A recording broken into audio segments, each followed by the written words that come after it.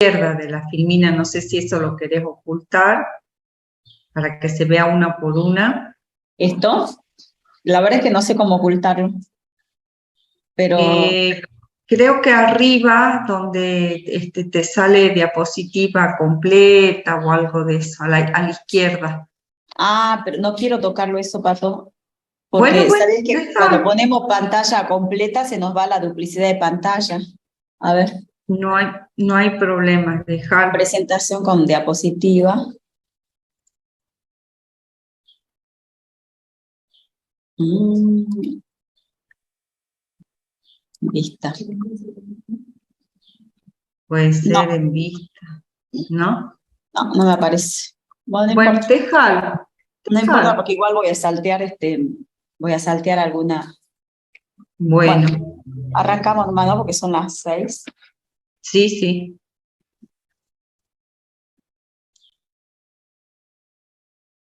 ¿Qué número? ¿Qué habla esta chica? ¿Tiene número o no? ¿No? Bueno, cualquier cosa responden. Listo. Bueno, arranquemos nomás.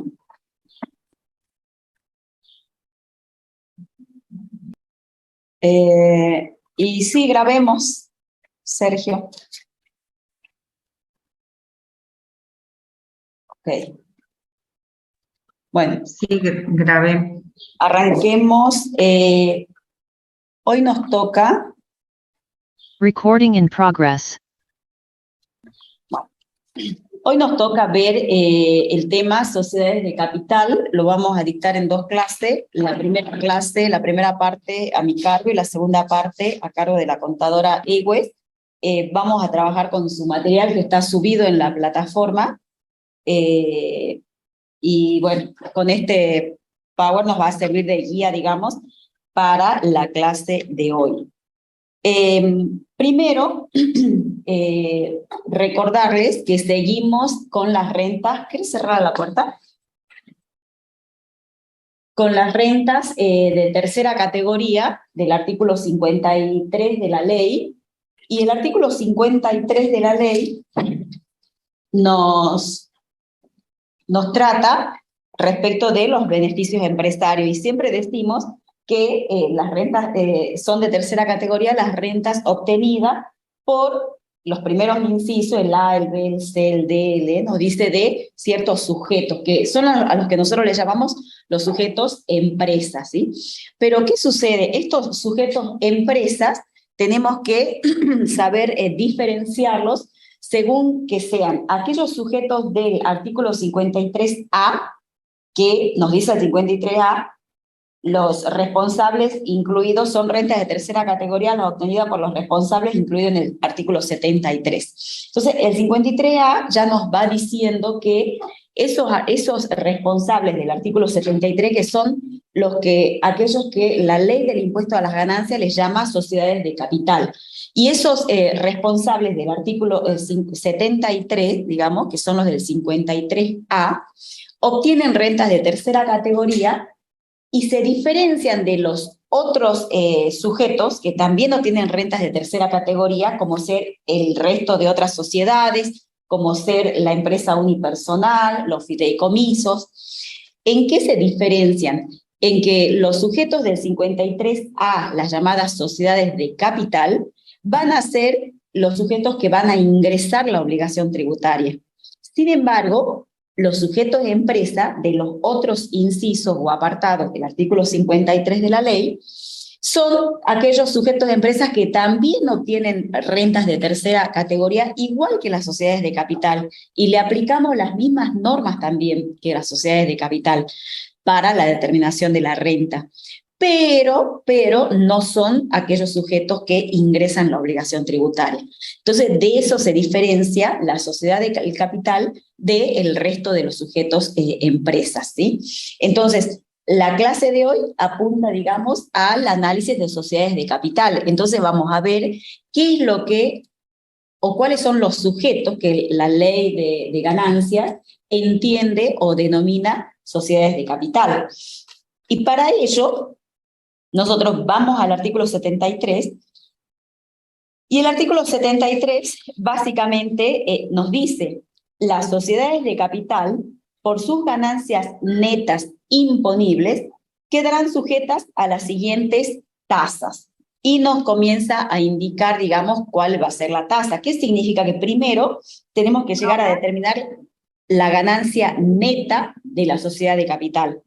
Luego que obtenemos esa ganancia neta, tenemos que aplicarle las tasas que vamos a analizar ahora, ¿sí? Y allí obtenemos, digamos, la determinación o el impuesto determinado, menos, los ingresos a cuenta, y va a ser lo que va a ingresar, digamos, el sujeto sociedad de capital.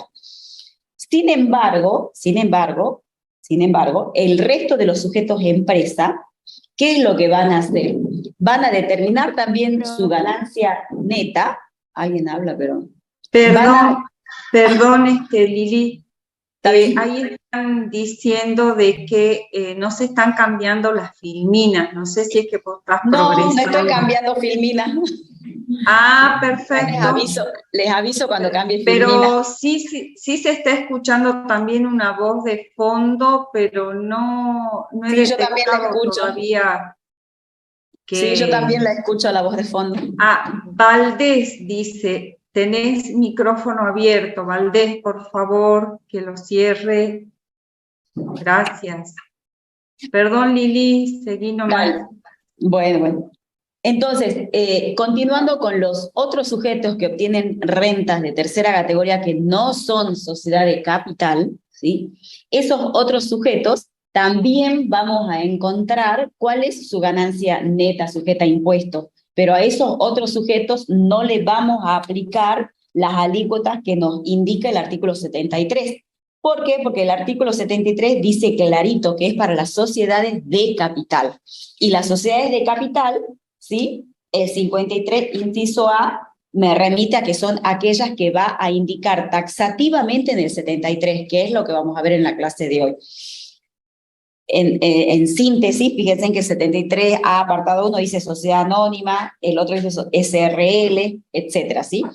Entonces, ustedes me dirán, bueno, entonces los otros sujetos del artículo 53, apartado B, que es cualquier otra clase de sociedades que no sean sociedad de capital, los fideicomisos, ¿sí? Las empresas unipersonales.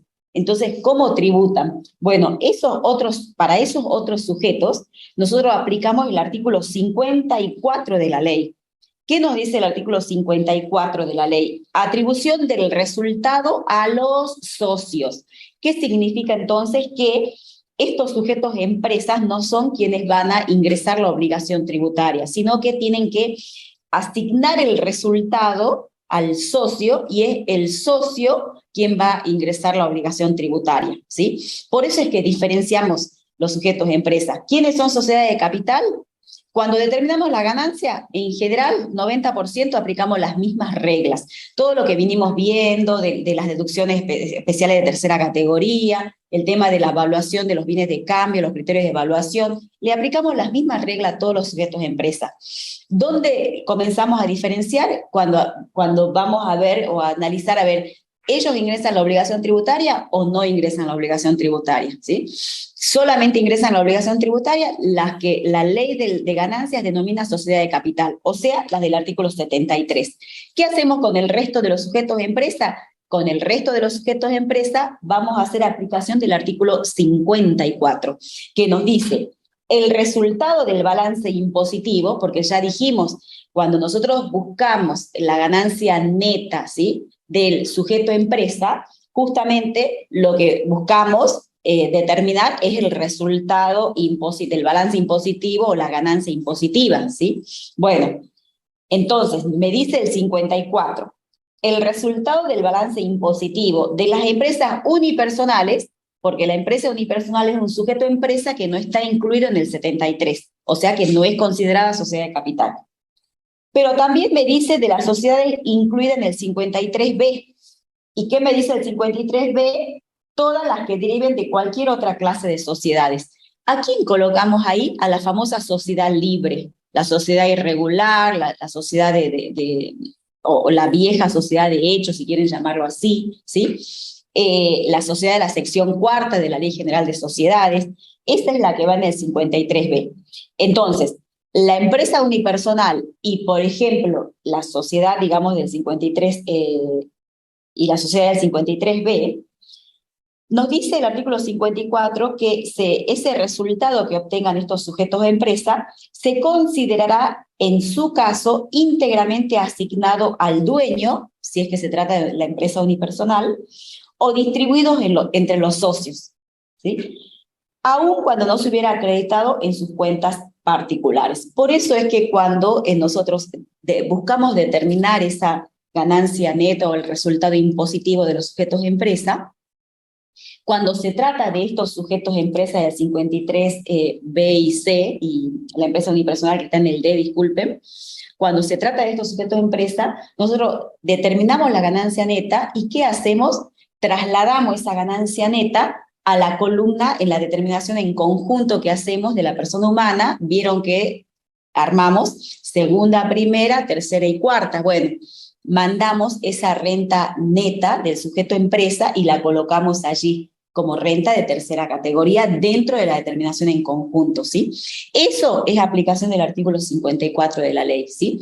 Es la determinación de la ganancia neta de un sujeto empresa que obtiene renta de tercera categoría, pero que no ingresa a la obligación tributaria, ¿sí? Entonces determinamos la ganancia neta y luego la trasladamos a la determinación en conjunto. Ahora, hoy vamos a trabajar con el otro sujeto de empresa, el que sí ingresa a la obligación tributaria, ¿sí? Y a ese sujeto de empresa que sí ingresa a la obligación tributaria, no le hacemos aplicación del artículo 54, sino que le hacemos aplicación del artículo 73 de la ley, ¿sí? Directamente, como ya tenemos la ganancia neta calculada o determinada, porque hicimos aplicación de todas las normas que vinimos viendo en todas estas clases cuando comenzamos, digamos, con los sujetos de empresa, o con las rentas de tercera categoría, a esa ganancia neta le vamos a aplicar, digamos, la alícuota del 73. Ahora, ¿qué nos trae el artículo 73? Fijémonos que les llama sociedades de capital, tasas, ¿sí? Entonces, veamos a qué les llama la ley de ganancias sociedades de capital, ¿sí? Y esto es solamente para la ley de ganancias, no tiene nada que ver con la legislación de fondos, ¿sí? Entonces, la ley de ganancia dice, las sociedades de capital para el impuesto a las ganancias, por sus ganancias netas imponibles, que ya la hemos calculado aplicando todas las normas que ya vimos, quedan sujetas a las siguientes tasas. Y me dice el primer inciso, 25%, porque ustedes deben tener también en el texto, digamos, de su ley de ganancia, algún subtítulo con respecto a los cambios que hubo, digamos, de alícuotas, ¿sí? De alícuotas o de tramos de escala. En principio, en mi texto, por ejemplo, me sigue trayendo las tasas que son aplicables entre el 18 a diciembre del 2020. Y después tenemos otro subtítulo de las tasas que son aplicables a partir de los ejercicios iniciados el 1 de enero del 21, ¿sí? Si quieren, vamos a leer desde allí, ¿sí? En el subtítulo, ¿sí?, de las tasas aplicables a partir del 1 de enero del 21, o sea, ejercicios iniciados a partir del 1 de enero del 21, que teóricamente cierran el 31 de diciembre del 21 y se presenta la declaración jurada en el 22, las sociedades quedaron sujetas al siguiente tratamiento. Antes directamente aplicábamos una tasa, que también fue susceptible, digamos, de modificaciones, ¿sí? Pero, ¿sí?, a partir de los ejercicios iniciados el 1 de enero del 21, ya deja de lado un poco la aplicación directa de tasas y nos trae, digamos, como un tramo parecido al artículo 94, digamos, en el que aplicamos para las personas humanas, ¿sí? Nos trae un tramo de ganancias, ¿sí? Y sobre ese tramo, una alícuota distinta, ¿sí? Una alícuota que va a rondar entre el 25 y el 35. Pero antes de entrar, veamos la filmina. No he pasado ninguna filmina todavía, ¿no? Esta filmina con la que vamos a trabajar hoy, la contadora Egues va a seguir en la próxima clase, que no sé si es mañana o pasado, ¿sí? Entonces, vamos a trabajar sobre este mismo material. Acá tenemos las sociedades de capital, nueva enumeración y alícuotas en el artículo 73 de la ley. Acá, un poco, en esta filmina, vale, que está subida a la plataforma, reitero, quiero bajar esto, ahí está, ¿no? Ahí. Está subida a la plataforma. Acá un poco les puso la contadora en este material un poco la historia de lo que fueron los cambios de alícuotas, ¿sí? Por ahí, bueno, de acá para adelante no hay, digamos, ustedes no van a tener inconveniente, me parece que ya ya les voy a decir el inconveniente que van a tener, pero lo que sucede es que desde la gran reforma de diciembre del 2017, nosotros se vino modificando este artículo porque se buscaba una reducción de tasa. ¿Sí? Entonces, la tasa en realidad era del 35, bajó al 30, iba a ser aplicable por 2 o 3 años, iba a quedar en el 25, a partir del 1 de enero del 21, que es lo que ustedes ven aquí en el material, ¿sí? Pero luego, en junio del 21, vino otra ley, la 27630, porque la ley de la gran reforma de ganancia es la 27430, ¿sí? Pero en junio del 21 vino la ley 27630, ¿sí? Y nos trajo, o vino con esta novedad, digamos, de incorporarnos esta tabla, ¿sí? Donde ahora, digamos, tenemos estos tramos, ¿sí? Que le dije, no van a tener complicaciones en cuanto a las alícuotas, porque las alícuotas van a quedar, porque hay 3 tramos nada más, ¿sí? El 25, el 30 y el 35, ¿sí? Pero acá, voy a pasar un ratito, ¿ve? Estos son los tramos que van a quedar ahora por una modificación de junio del 21. Pero, ¿cuál va a ser la única complicación que vamos a tener, de hecho? No es complicación, pero tenemos que estar actualizándonos, es justamente el tramo de la ganancia neta imponible. ¿Por qué? Porque cuando vino esta modificación, nos dice la propia, y está en el texto del artículo 73, y ya les leo en el último párrafo, los montos previstos en la escala establecida en este artículo se ajustarán anualmente a partir del 1 de enero del 22. Fíjense que ya estamos en octubre del 22, ¿sí? Considerando la variación del IPC correspondiente al mes de octubre de cada año. Entonces, ¿qué es lo que significa? Que este tramo de 5 millones ya no va. Ustedes en el texto deben tener otro importe de 7 millones. A ver, ya les digo, es 7.604.000, ¿sí? Se actualizó todo este tramo. Esto que llegaba a 50 millones, ahora llega a 76.049.000, ¿sí? También este tramo del fijo también se actualizó, ¿sí? Esto que era de 1.250.000 como fijo en el tramo 2 o en la segunda escala, ahora queda en 1.901.000, con monedas también, ¿sí? La alícuota no varía, esto no va a variar, pero todos los años, ¿sí? Todos los años la escala de la ganancia neta imponible y este importe fijo van a variar todos los años, ¿sí? Como también el excedente, ¿sí? Lo único que no va a variar es la alícuota, que la vamos a tener por ahora, digamos, en las 3 escalas. Entonces, volvemos con el tema de... acá, estábamos acá, ¿sí? Entonces, volvemos, digamos, con la vigencia de la 27630, ¿sí? Que nos trajo entonces la novedad de esta escala.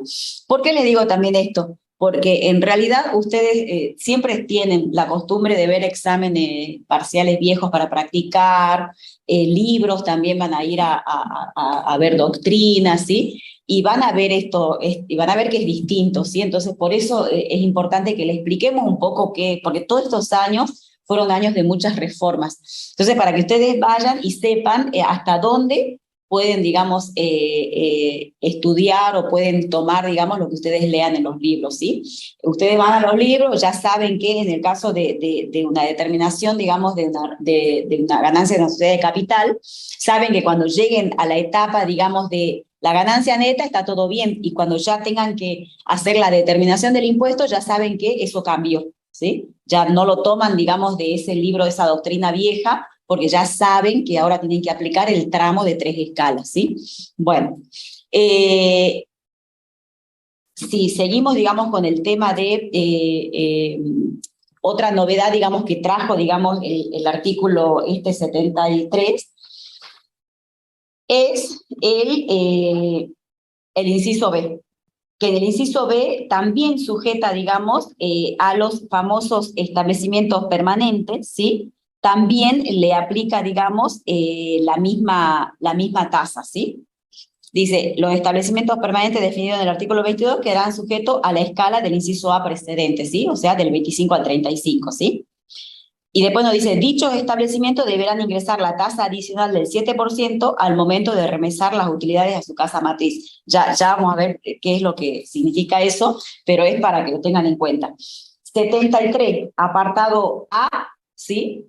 Todas las sociedades que vemos ahí, todos los sujetos jurídicos que vemos ahí, ¿sí? 73, apartado B, habla de establecimientos estables, ¿sí? Ya lo vamos a ir viendo igual. Acá en la filmina, ¿qué tenemos, sí? Una SA, una SRL, una filial de casa matriz del exterior, un fideicomiso. Todos estos son los sujetos que considera, digamos, en el 73, en el artículo 73, ¿sí? Y los establecimientos estables, ¿sí? En el 73B. Uno es del 73A, otros son del 73B. Acá nos dice acá que tenemos diferentes tipos de accionistas, ¿sí? El accionista puede ser un inversor, un especulador, o también puede ser el propio, el empresario, o sea, el que trabaja, el que está, digamos, en el día a día en la empresa. Y generalmente en las pymes es el empresario, ¿sí? ¿Cuál es el inversor? Es el que coloca el capital y solamente espera, digamos, los rendimientos, ¿sí? Espera dividendos. El especulador entra y sale comprando y vendiendo, generalmente cuando las acciones cotizan, ¿sí? Busca, digamos, ganar, digamos, con los valores, las diferencias de cotizaciones. Y el empresario, que es la mayoría de las sociedades pequeñas, las pymes nuestras, las cerradas, las de familia, que en general son los propios dueños los que trabajan, digamos, en las empresas, ¿sí? Esto es el cuadro que ya vimos, ¿sí? Si queremos más o menos, antes de ver establecimientos estables, veamos, digamos, lo que la ley considera sociedades de capital. Antes de entrar a ver qué nos dice la ley de los sujetos del 73B, veamos los del 73A. ¿Cuáles son los del 73A? Nos dice que son las sociedades anónimas, incluidas las sociedades anónimas unipersonales, ¿sí? También las sociedades en comandita por acciones, en la parte que correspondan a los socios comanditarios. Y fíjense en que acá también están las sociedades por acciones simplificadas. Recuerden que las sociedades por acciones simplificadas no las vamos a encontrar en la Ley General de Sociedades. Este tipo de sociedades tienen una ley por fuera de la Ley General de Sociedades, ¿sí? Y tenemos SAS, que es Sociedades por Acciones Simplificadas, y también tenemos SASU, Sociedades por Acciones Simplificadas Unipersonales. ¿Estamos? Entonces, estas dos últimas, recuerden, están fuera de la Ley General de Sociedades. La SAU está dentro de la Ley General de Sociedades.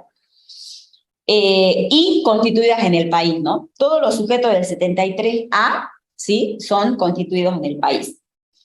También tenemos las sociedades de responsabilidad limitada, ¿sí? A las SRL las considera sociedades de capital. También, dice la última parte, constituida en el país.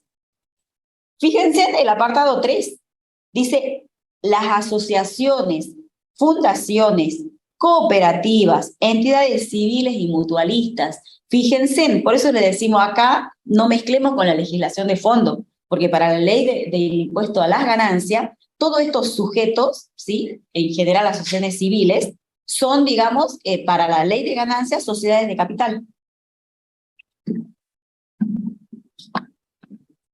Y fíjense en que dice, constituida en el país, siempre lo tenemos que recalcar, en cuanto no corresponda por esta ley otro tratamiento impositivo. ¿Por qué nos dice eso? Porque siempre que nos hablen de, genéricamente digo asociaciones civiles, puede ser fundaciones, cooperativas, mutuales, siempre que nos hablen de estos tipos de sujetos, nosotros primero tenemos que ir al artículo 26, porque nosotros tenemos una exención subjetiva-objetiva en el artículo 26 para todos estos sujetos.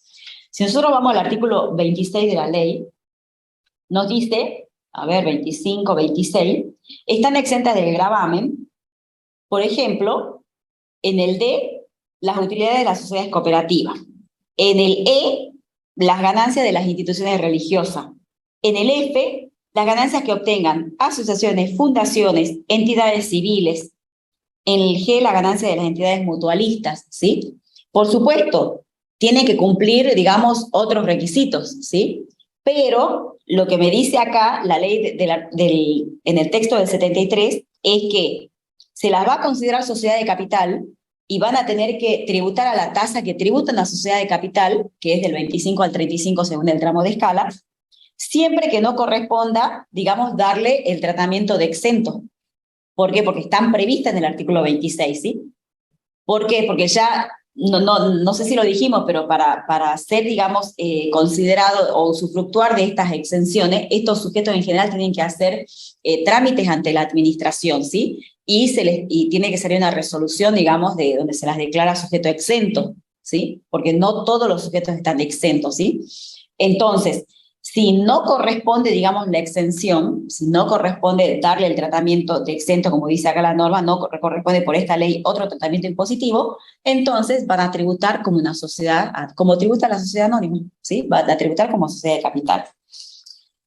Después, si seguimos con el 73, nos dice las entidades de economía mixta, las entidades y organismos a que se refiere la ley 22016, son las empresas del Estado, los fideicomisos, en el apartado C, ¿sí? Nos dice, los fideicomisos constituidos en el país conforme a las disposiciones del Código Civil y Comercial de la Nación, excepto, o sea que no van a tributar como sociedad de capital, aquellos en los que el fiduciante posea la calidad de beneficiario, ¿sí? Excepto que la excepción dispuesta en el presente no será de aplicación en los casos de fideicomisos financieros, y no sigo leyendo porque veamos primero de qué nos habla, ¿sí?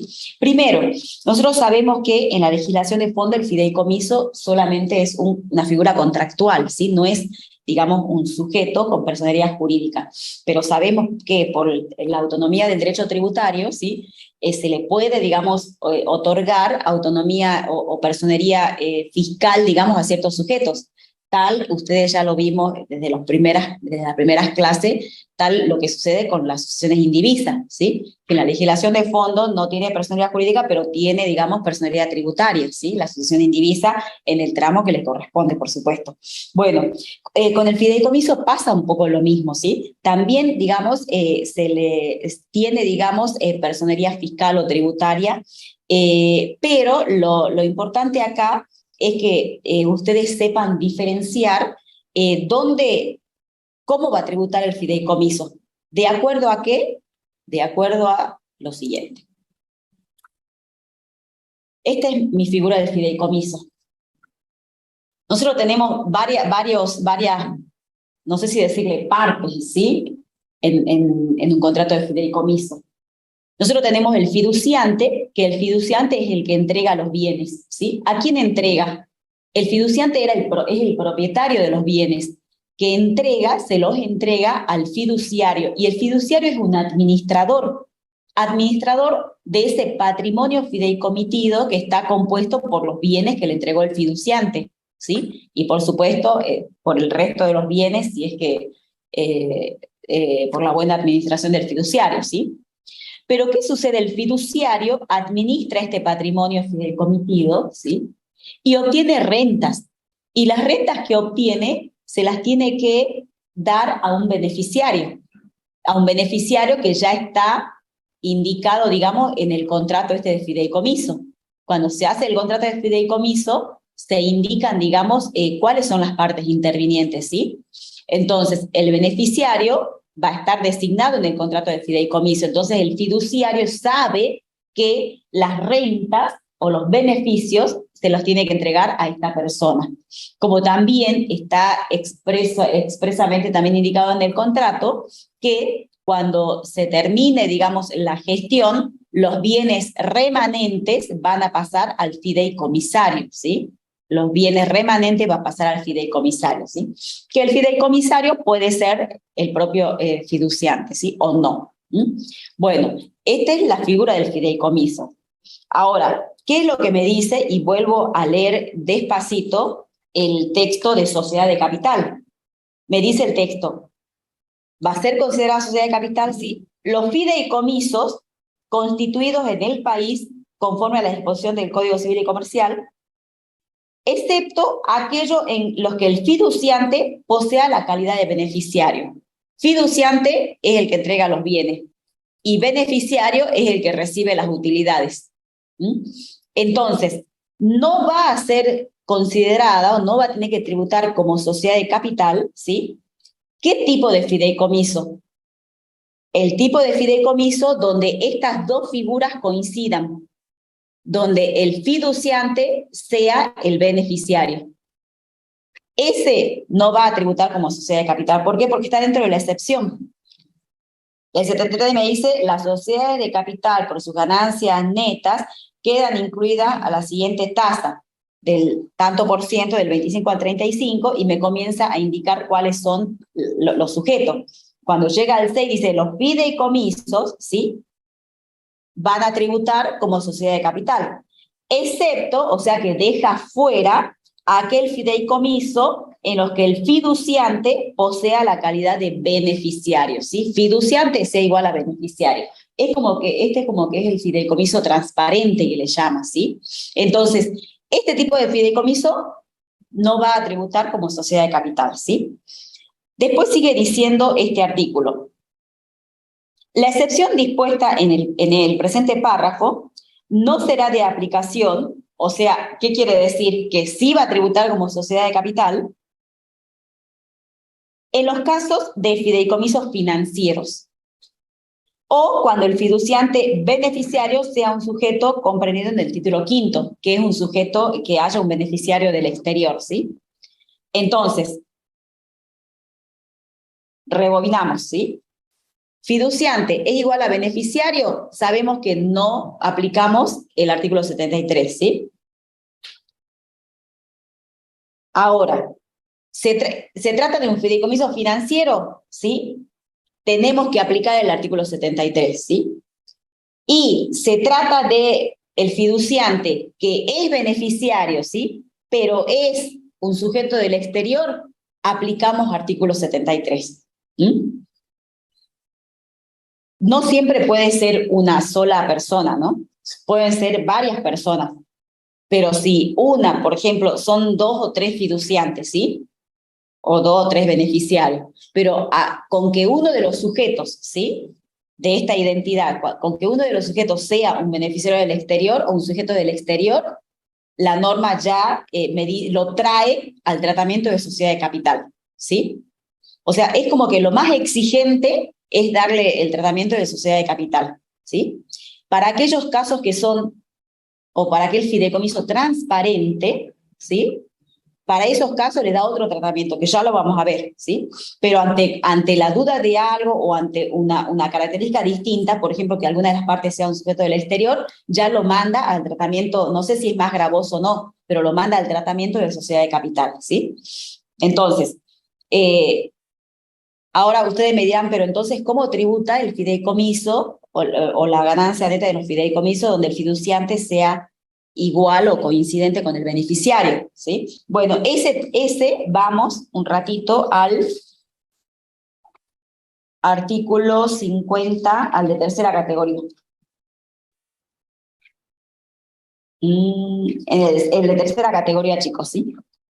¿Qué tenemos en el artículo 53, inciso C? Nos dice, constituyen ganancia de tercera categoría las derivadas de fideicomisos constituidos en el país, en lo que el fiduciante posea la calidad de beneficiario. Acá va, ¿sí?, la ganancia neta del fideicomiso donde estas dos figuras coinciden, ¿sí? ¿Y cuál es la diferencia con lo otro? Que si corresponde al inciso B, C y D, les dije, el E también y el F también, el sujeto que ingresa a la obligación tributaria es la persona humana. Y lo tenemos que ir y remitir en la declaración jurada en conjunto dentro del apartado renta de tercera categoría, ¿sí? No que si es sociedad de capital, el sujeto que ingresa a la obligación tributaria es la sociedad de capital, ¿sí? Esa es la diferencia. Entonces, cuando sea rebobinemos, un fideicomiso, o terminemos de leer el apartado C. Entonces, las derivadas de fideicomiso, donde coinciden las figuras de beneficiario y fiduciante, ¿sí?, van a ser renta de tercera categoría, excepto en los casos de fideicomiso financiero o cuando el fiduciante beneficiario sea un sujeto del título quinto. ¿Está? O sea, me dice lo mismo que en el artículo 73, ¿sí? Bueno, nada más que al revés, digamos, pero me dice lo mismo, ¿sí? Bueno, ese entonces va a ser el tratamiento del fideicomiso, ¿sí? Fideicomiso transparente, en el cual el fiduciante coincide con la figura del fiduciante, coincide con la del beneficiario, vamos a declarar la renta como una renta de tercera categoría dentro de la declaración en conjunto de la persona humana, ¿sí? Fideicomiso, ¿sí?, donde pueda también coincidir la figura del fiduciante con el beneficiario, pero sean sujetos del exterior, ¿sí? Entonces, lamentablemente va a tener el tratamiento allá, ¿sí?, dentro del artículo 73, como sociedad de capital. Fideicomiso financiero, ¿sí?, también va a tener siempre el tratamiento del artículo 73, como sociedad de capital, ¿sí? Bueno. Y eso lo tengo acá, ¿está? Ahí tenemos los dos, y le llamamos fideicomiso ordinario, digamos, al financiero y el ordinario, ¿sí? El ordinario es el que no hace actividad financiera, ¿sí? Es la mayoría de los fideicomisos, todo eso que ustedes ven que hacen las empresas constructoras, todo, ¿sí? Entonces tenemos los dos tratamientos del fideicomiso, ¿sí? La primera situación, si el fiduciante no es beneficiario o es beneficiario y está domiciliado en el exterior, el resultado está sujeto a tributación en cabeza del fideicomiso como sociedad de capital. Esta no es 69, ahora ya cambió, ¿sí? Es el 70 y pico. Y la segunda situación, entonces, si el fiduciante es beneficiario y reside en el país, el resultado se le atribuye al fiduciante como renta de tercera categoría, ¿sí?, quien lo incorpora en su propia liquidación. ¿Cómo se atribuye? Como dijimos hace un rato cuando comenzamos la clase, aplicando el artículo 54. ¿Estamos? Así como le aplicamos a la empresa unipersonal, a las sociedades libres, ¿sí? Bueno, también al fideicomiso, ¿sí? Termina el ejercicio fiscal, terminamos la renta y se lo atribuimos directamente a la declaración jurada del fiduciante beneficiario, ¿sí? Esa es la forma en que se atribuye. Bueno, volvamos al artículo 73. ¿Quiénes más me dice el artículo 73 que son consideradas sociedades de capital? No avanzo en esta filmina porque no tengo el detalle, chicos, ¿sí? Por eso es que no avanzo, ¿sí? Es como que nosotros estaríamos, no sé, acá.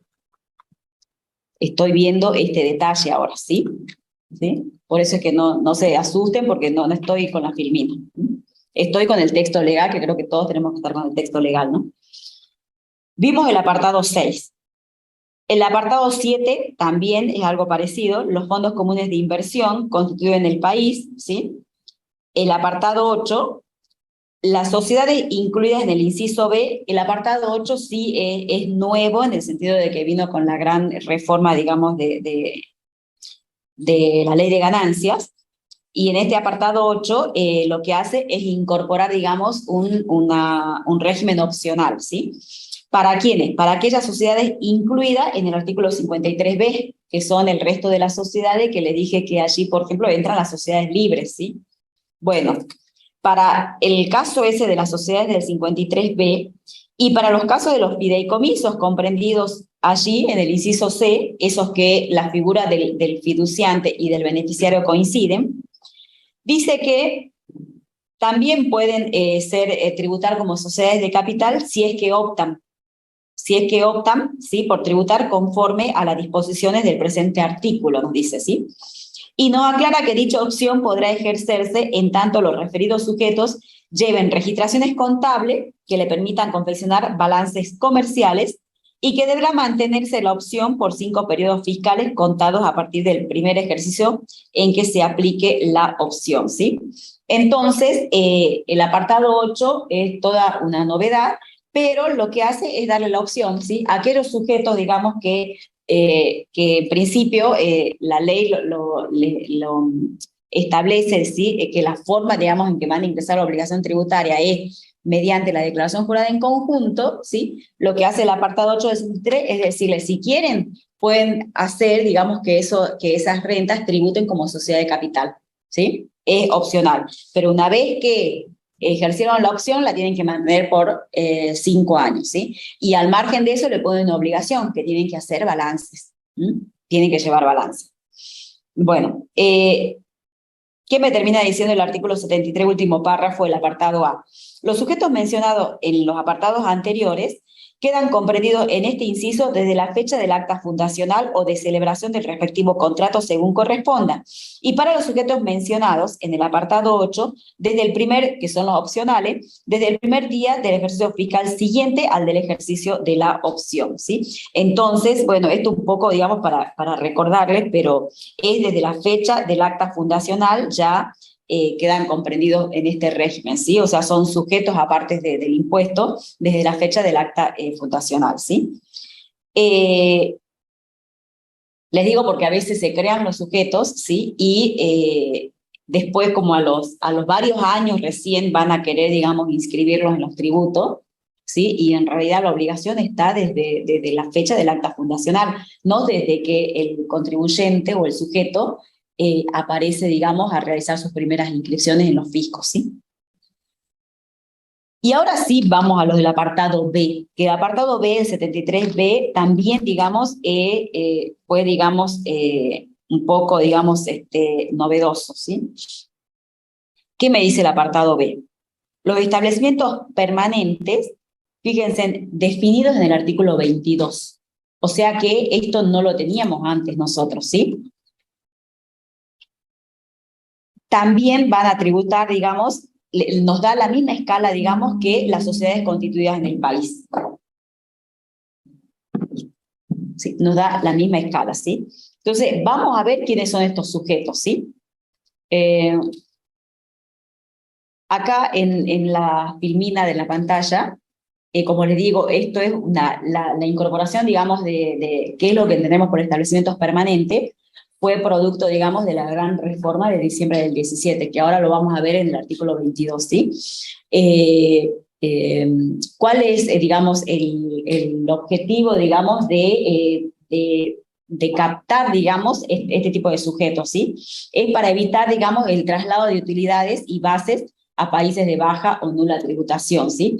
Las rentas obtenidas por estos establecimientos, que les llamamos permanentes, en caso, digamos, de que pertenezcan a sujetos del exterior, son de fuente argentina, porque están desarrollando actividad en Argentina en general, ¿sí? Estos establecimientos. ¿Qué nos dice el artículo? Vamos al artículo un ratito, 20 y pico,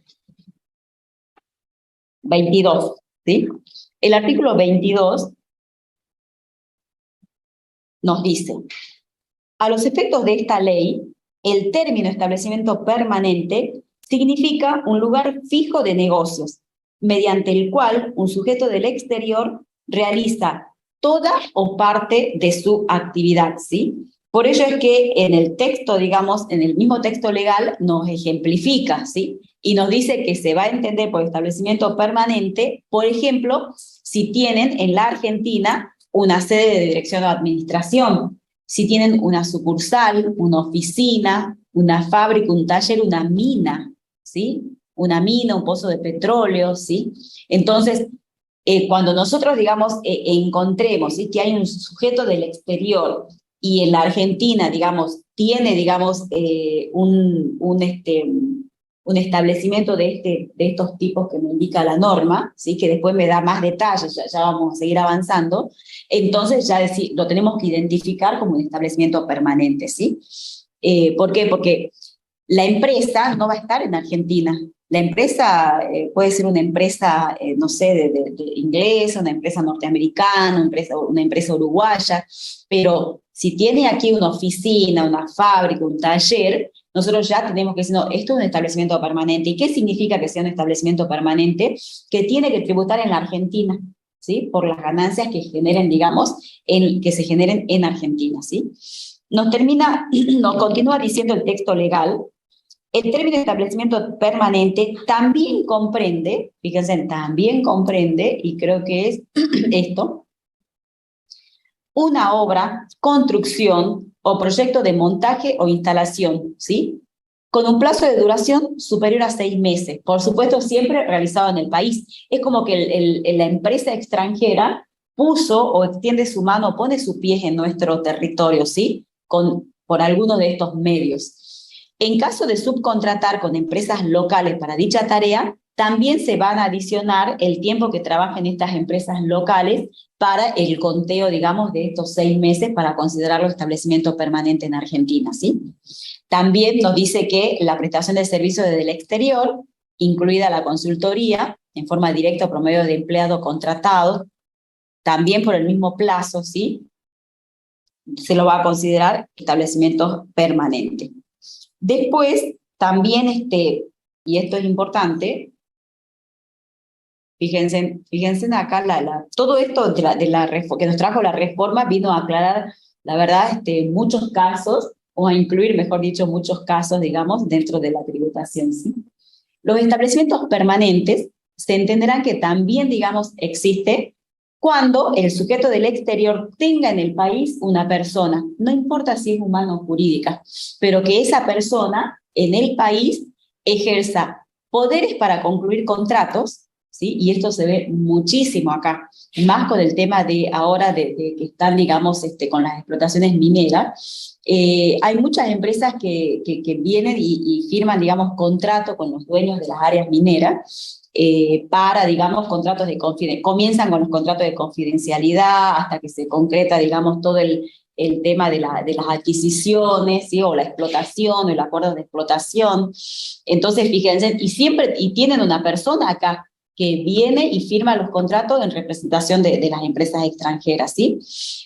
Cuando realicen entregas de mercadería por su cuenta, cuando asuman riesgos, cuando actúen sujetos a instrucciones, ¿sí? Es como que es, digamos, como el mandante, ¿sí?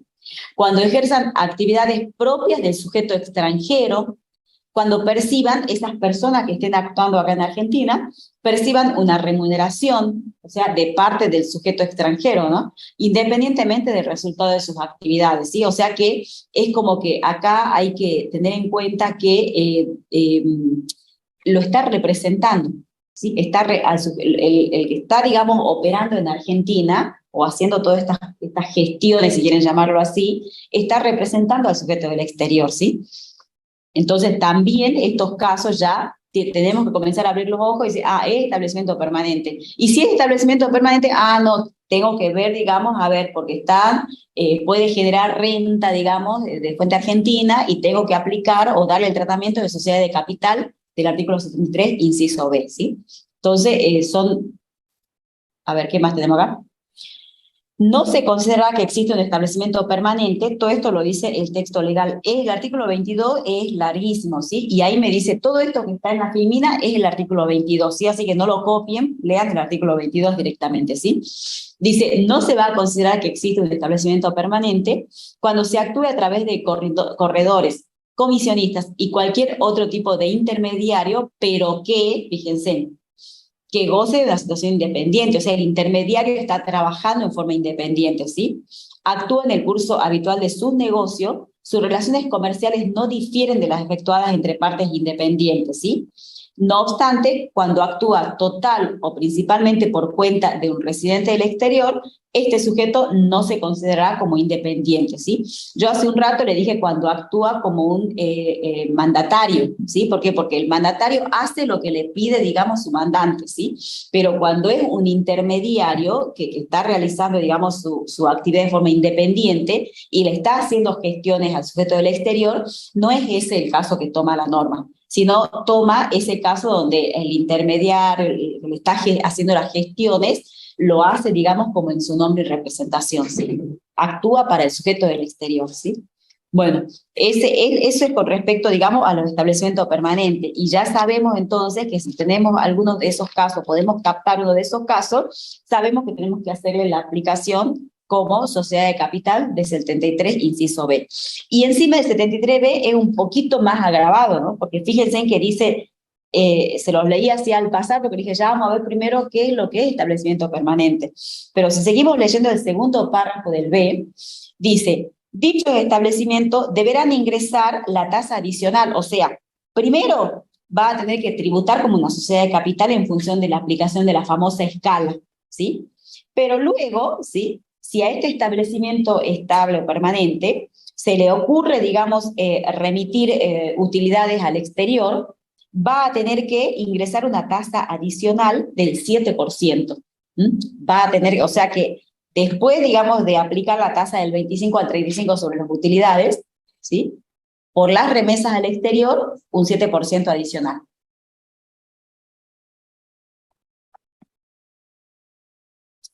¿Y a qué si hacemos, digamos, una comparación, ¿a qué se les viene algo en la cabeza? ¿A qué lo podemos asimilar? A los dividendos y utilidades, a la distribución de dividendos y utilidades que hacen los sujetos constituidos en la Argentina, ¿sí? Porque acá los del 73A van a distribuir dividendos y utilidades, ¿sí? Y ahí, bueno, ahora entramos a ver, digamos, a unir, digamos, el tratamiento, digamos, que se da a la sociedad de capital, ¿sí? Que obtiene las rentas, digamos, y paga el impuesto a las ganancias, aplicando esta escala, y vamos a ver qué pasa, digamos, con el accionista, que nosotros ya vimos en segunda categoría, que los dividendos y utilidades están grabados ahora, ¿sí? Bueno, cuando estamos en el establecimiento estable, fíjense en que a la utilidad del establecimiento estable le aplica la escala del 73A, ¿sí? Por su ganancia, pero después dice, esperen, si el establecimiento remite utilidades al exterior, no se olvide del 7% adicional, ¿sí? Y bueno, y si nosotros ahora, ya mismo, a ver qué siga que las termina. Bueno, esto acá, bueno, lo veamos, sí, lo vamos viendo, ¿sí?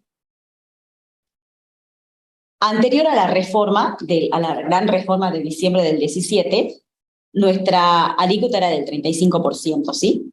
Pero con la reforma de la 27430, que es la gran reforma de diciembre del 2017, nos trajo, digamos, por 3 periodos fiscales, una disminución, nos trajo la norma, digamos, o implementó la modificación, una disminución de alícuota para el ente empresario, ¿sí? Para la sociedad de capital, ¿sí? Que iba a bajar, digamos, al 30% por 2 o 3 periodos y luego íbamos a quedar en el 25%, ¿sí?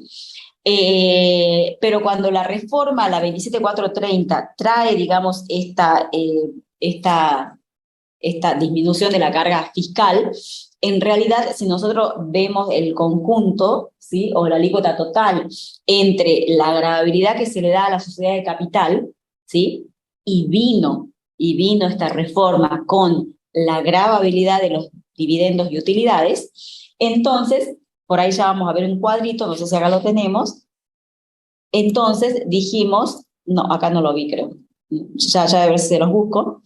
Entonces, ¿qué es lo que se dijo? En realidad no había una verdadera baja o disminución de la carga, del costo total, digamos, tributario en cabeza de la sociedad de capital. ¿Por qué? Porque si bien la alícuota, si es que se cumplía todo lo que trajo la reforma del 17, iba a llegar a un 25% para todos los sujetos, venía también con un incremento, una gravabilidad de los dividendos del 7%, cuando la alícuota del sujeto de la sociedad de capital bajaba al 30%, se implementó la gravabilidad de los dividendos al 7%. Y cuando la alícuota de la sociedad de capital llegara al 25%, ¿sí? La distribución de dividendos iba a estar gravada al 13%.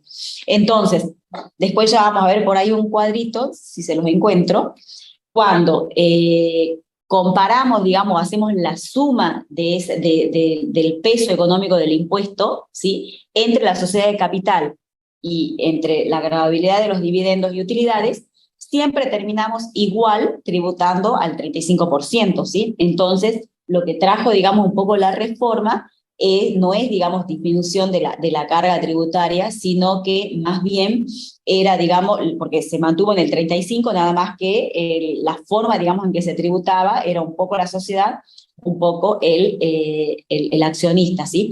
Entonces, ¿cuándo se iba a sentir que realmente el impuesto, digamos, disminuía? Si es que no hacíamos distribución de dividendos. Es como que querían, digamos, incentivar a la reinversión a la reinversión de las utilidades en la sociedad de capital. Pero ¿qué pasa? Nunca llegamos más cuando son, digamos, así progresivos, planificados las modificaciones tributarias.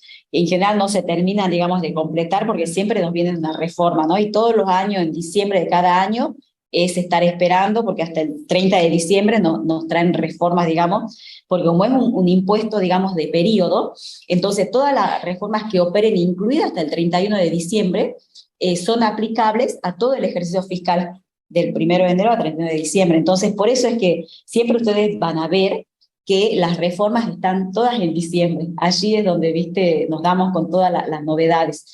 Y tenemos que ponernos a ver qué hicieron, en qué modificaron, en qué impacta, ¿sí? Para poder comenzar a liquidar los impuestos, digamos, el impuesto anual, los meses del año siguiente, ¿sí?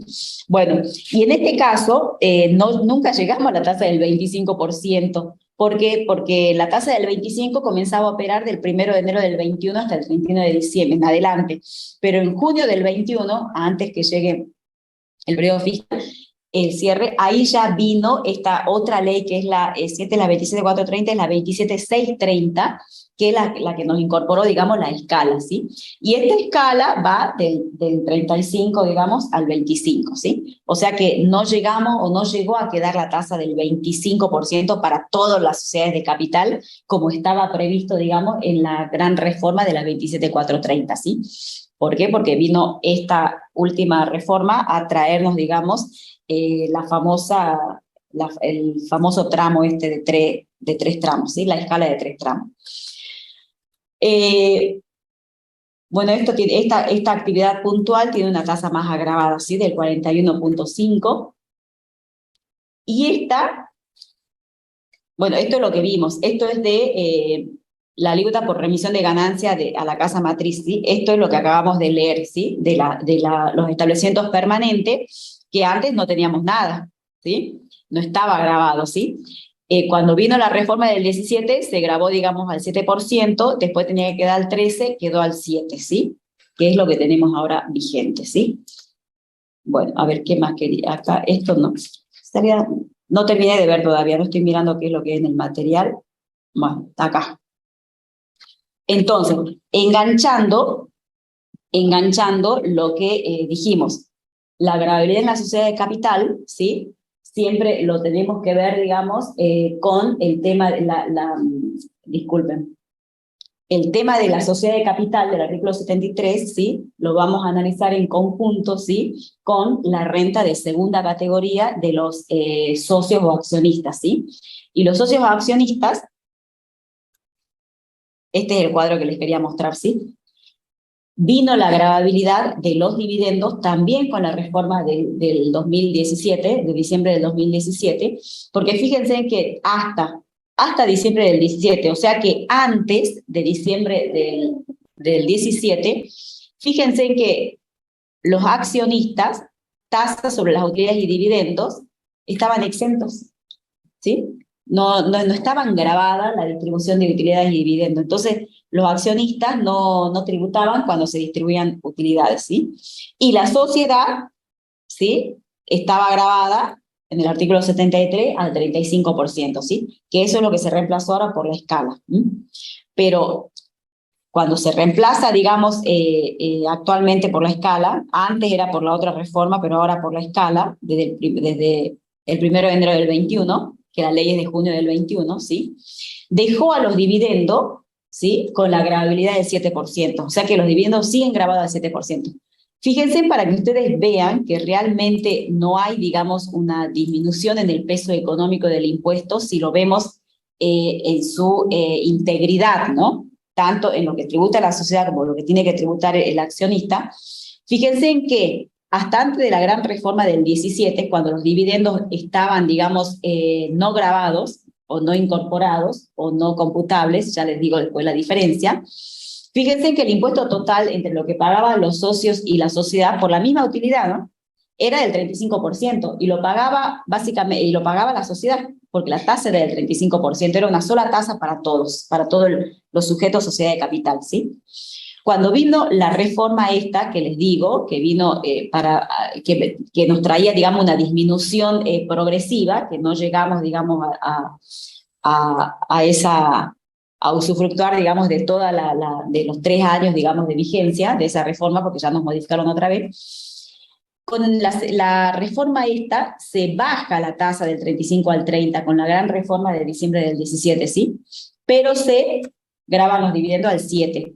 Entonces, ¿cuál es el efecto cuantitativo que hacemos acá? Fíjense, el socio, ¿qué es lo que se lleva? Se lleva la utilidad, digamos, contable, pero menos el impuesto a las ganancias. ¿Y cuánto es el impuesto a las ganancias? El 30%, ¿sí? Acá, es el 30%, es esto, ¿sí? Entonces, si ustedes al 100% le descuentan el 30%, porque es el impuesto a la ganancia, entonces solamente se puede distribuir como dividendos a utilidades el 70%. Entonces, si a ese 70%, que es lo que teóricamente, esto es teórico, ¿no? Se podría distribuir después de pagar impuesto a la ganancia, le aplicamos la alícuota del 7%, que es la nueva alícuota, la gravabilidad para el accionista. Fíjense en cuál es el peso, digamos, del impuesto sobre la misma renta de 100 pesos que obtiene la sociedad, ¿no? Es casi un 5%, es un 4.9%. Entonces, la sociedad está pagando un 30% sobre una renta de 100, y el accionista está pagando una renta una alícuota del 4.9 sobre la renta de 100. Siempre sobre la misma utilidad que obtiene la sociedad, ¿sí? Entonces, ¿cuál es el peso económico total del impuesto entre la sociedad y el accionista? Es el 34.9. 34.9. ¿Y cuánto venía pagando antes de la reforma? Un 35, o sea, no hay diferencia. Eso es lo que hace este cuadrito, es demostrarnos que lo que se hace es distribuir la carga, ¿sí? Pero no es que se disminuye la carga, porque en definitiva el impuesto sigue teniendo el mismo peso. Un 35% sobre la misma renta que genera la sociedad de capital, ¿sí? Y ahora es lo mismo, nada más que como ahora tenemos, digamos, una escala, ¿sí?, de 3 tramos. Bueno, si ustedes hacen, digamos, el mismo cálculo matemático que hicimos en el segundo, van a ver acá que hay, digamos, un poquito más de variación, ¿sí? Pero en definitiva, lo que se buscó, digamos, con la reforma de diciembre del 2017, o se pretendió, digamos, es que no se distribuyan utilidades, sino que se reinviertan las utilidades. Entonces, si se reinvertían las utilidades, entonces ahí la sociedad de capital no iba a sentir el 34.9%, solamente iba a sentir el 30%, ¿sí? El accionista también, ¿sí? Porque él es el que se lleva la distribución de dividendos, ¿sí? Bueno, esto es más o menos un poquito la historia, digamos, de los cambios que tuvimos todos estos años con las alícuotas. Fíjense en que sigue al 7% la tasa, que ustedes ya lo vimos cuando vimos rentas de segunda categoría, distribución de dividendos y utilidades, ¿sí? Que están grabadas al 7%. Y recordemos que está grabada a impuesto cedular también, ¿estamos? Recordemos que es renta de segunda categoría, pero con un mecanismo especial de determinación y liquidación que es a impuesto cedular, ¿sí? Y es al 7%, ¿sí? Por eso es que no nos tiene que extrañar que en el 73B, cuando trata el tema de los establecimientos permanentes, disculpen, y los remite al mismo tratamiento que la sociedad de capital, que tienen que aplicar, digamos, el tramo ese de 3, el cuadro de 3 tramos, del 25 al 35, también le hace aplicación de esto, porque dice, bueno, y si remiten utilidades del exterior, está grabado al 7%. ¿Por qué? Porque justamente le da el mismo tratamiento que cuando la sociedad de capital constituida en el país, digamos, se distribuye sus dividendos y utilidades, ¿sí? ¿Qué más tenemos acá? A ver, en la filmina. Bueno, esto es lo que les dije, que tenemos que nos trajo también la reforma de diciembre del 17, el tema de la forma en que se va a tributar por los dividendos y utilidades, que es a impuesto cedular, ¿sí? Y la otra gran novedad, digamos, de la reforma también fue el tema de los dividendos fictos, ¿sí? Bueno, ¿qué pasa con los dividendos fictos? Esperen un ratito que busque acá. Bueno, ¿qué tenemos con los dividendos fictos, sí? Veamos. Una consulta, cuando vieron segunda categoría, ¿vieron punto por punto los dividendos fictos o no? En la plataforma sí está, pero en la teoría no. Bueno, veamos acá primero, ¿sí? Veamos qué dice acá. Acá dice, las ganancias netas de las personas humanas y instituciones indivisas, derivadas de dividendos y utilidades que se refiere al 49 y 50, ¿sí? Tributarán a la alícuota del 7%, no resultando de aplicación para los sujetos que tributen las rentas a que hace referencia el segundo párrafo del artículo 73, ¿sí? El impuesto a que hace referencia el párrafo presente deberá ser retenido por parte de las entidades pagadoras de los referidos dividendos y utilidades, y dicha retención tendrá el carácter de pago único y definitivo, ¿sí? Bueno, vamos a este cuadro, ¿sí? Nosotros tenemos la sociedad de capital. La sociedad de capital para el impuesto a la ganancia, ¿sí? Puede ser cualquiera de los sujetos que ya hemos visto del artículo 73. Si esta sociedad de capital distribuye dividendos, distribuyen las sociedades por acciones y el resto distribuyen utilidades, ¿sí? Distribuyen dividendos y utilidades. Nosotros podemos tener el caso de que los accionistas o socios de esa sociedad de capital sean personas humanas o sucesiones indivisas. Podemos también tener como socios o accionistas personas jurídicas y también puede ser que tengamos un inversor del exterior, un beneficiario del exterior, ¿sí? Como socio o accionista. Entonces, la sociedad de capital, ¿sí? Cuando decide, digamos, distribuir sus dividendos o utilidades, tiene que saber, digamos, tiene que saber la condición de cada uno de sus socios o accionistas, ¿sí? ¿Por qué? Porque ahora, desde la reforma de diciembre del 2017, cuando se graban los dividendos y utilidades, tiene que actuar la sociedad como agente de retención. Entonces, y para actuar como agente de retención tiene que conocer, digamos, a sus socios o accionistas. ¿Por qué? Porque lo que nunca se modificó, y eso sigue igual desde antes de la reforma de diciembre del 17, es cuando se trata de socios o accionistas que sean personas jurídicas. Cuando la sociedad de capital tenga un socio accionista que sea persona jurídica, ¿sí? Ahí se hace aplicación del artículo 68, no sé si sigue siendo 68, no sé si está con la nueva o vieja, sí está con la nueva, el 68 de la ley de ganancia, que le da el tratamiento de no computables.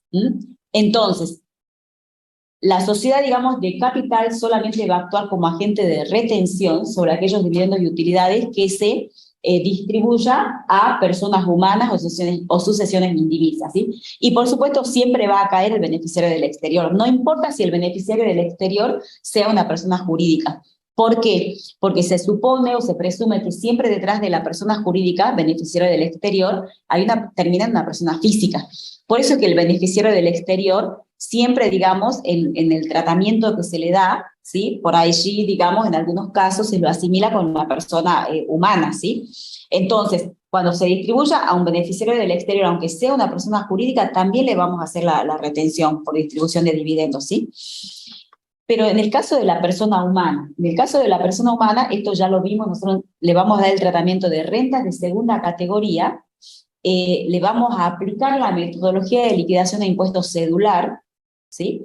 Le vamos a aplicar la alícuota del 7%, como me dice, digamos, el artículo de impuestos cedular que trata este tema, y esa retención que le vamos a hacer va a tener, digamos, dos sentidos, ¿sí? ¿En cabeza de quién? En cabeza del socio o accionista. Si el socio o accionista es un sujeto no inscrito en el impuesto a las ganancias, ¿sí? ¿Por qué? Porque quizás es un mero inversor, ¿sí? Entonces, esa retención que le va a hacer la sociedad de capital va a tener el carácter de pago único y definitivo. ¿Qué quiere decir? Que no tiene que salir corriendo el accionista a inscribirse en los impuestos, ¿sí? Porque ya pagó en la fuente, ¿sí? En la fuente pagó. Entonces, esa retención queda en carácter de pago único y definitivo. Pero, si el accionista es un sujeto inscrito en el impuesto a las ganancias, porque es contribuyente, porque tiene otras rentas, etcétera, etcétera, que son los casos, digamos, que nosotros le damos los trabajos prácticos, los parciales, ¿sí? Entonces, nosotros allí, la sociedad de capital le hace la retención, pero esa retención va a tener el carácter de pago a cuenta. ¿Qué significa esto? Que el contribuyente, como ya dijimos, es inscripto en ganancia, ustedes le van a hacer la declaración jurada, por según el tipo de renta que obtenga. Y entre ellas le van a hacer la declaración jurada del impuesto cedular por dividendos y utilidades. Y le van a hacer la declaración jurada de impuesto cedular, le van a aplicar la tasa que dice el rubro de impuesto cedular, que es el 7%, y cuando le dé el impuesto determinado, ¿qué van a hacer? Van a computar esta retención como pago a cuenta y le va a dar 0 de impuesto a ingresar. ¿Estamos? Esa es la diferencia entre cuando la sociedad de capital tiene que distinguir quiénes son sus socios o accionistas, ¿sí? ¿Por qué? Porque para la persona humana, residente del país, no inscripto, esa retención va a tener carácter de pago único y definitivo, pero la inscripto va a tener el carácter de pago a cuenta, ¿sí? Para el beneficiario del exterior también va a tener el carácter de pago único y definitivo, porque al beneficiario del exterior, justamente ustedes después lean el capítulo de beneficiarios del exterior, nosotros, o sea, las normas tributarias trabajan, digamos, para que, o establecen, digamos, que el beneficiario del exterior tiene que tributar por las rentas de fuente argentina, ¿sí? Pero no le vamos a llenar de formalidades al beneficiario del exterior. No podemos decirle, no, mire, tiene que venir, inscribirse, presentar declaración jurada e ingresar la obligación tributaria. No. Todas las normas, digamos, para que el beneficiario del exterior tribute por sus rentas de fuente argentina, están, digamos, trabajadas más o menos en este sentido, vía retención en la fuente. Y esas vías de retención en la fuente se le llama en carácter de pago único y definitivo, ¿sí? O sea, se designa quién es el sujeto que está obligado a retenerle el impuesto a las ganancias al beneficiario del exterior, que en este caso puntual de dividendos y utilidades, el sujeto designado que le cobre el impuesto al beneficiario del exterior es la sociedad de capital, ¿sí? Pero, entonces la sociedad de capital le va a retener al beneficiario del exterior y le va a retener a la persona humana no inscrita en ganancia en carácter de pago único y definitivo. Pero le va a retener a la persona humana inscrita en ganancia como pago a cuenta. ¿Qué significa? Que esa persona humana tiene que hacer la declaración jurada vía impuesto cedular, ¿sí? Ahora, todo esto lo tiene que hacer solamente cuando la sociedad de capital hace la asamblea aprobando sus estados contables y tomando, digamos, decidiendo, digamos, si va a distribuir dividendos y todo este tema. No, esto se hace para los dividendos reales, que es cuando se hace todo esto que hace la sociedad de capital, su asamblea, aprueba los balances, decide distribuir dividendos, pero también esto debe hacerse cuando se dan los dividendos fictos, ¿sí? Cuando se dan los dividendos fictos. También tiene que operar la sociedad de la misma manera. Porque los dividendos fictos, en realidad, son verdaderos dividendos en el fondo, ¿sí? Porque esto también nos trajo la ley 27430 de la gran reforma de diciembre del 17, ¿sí?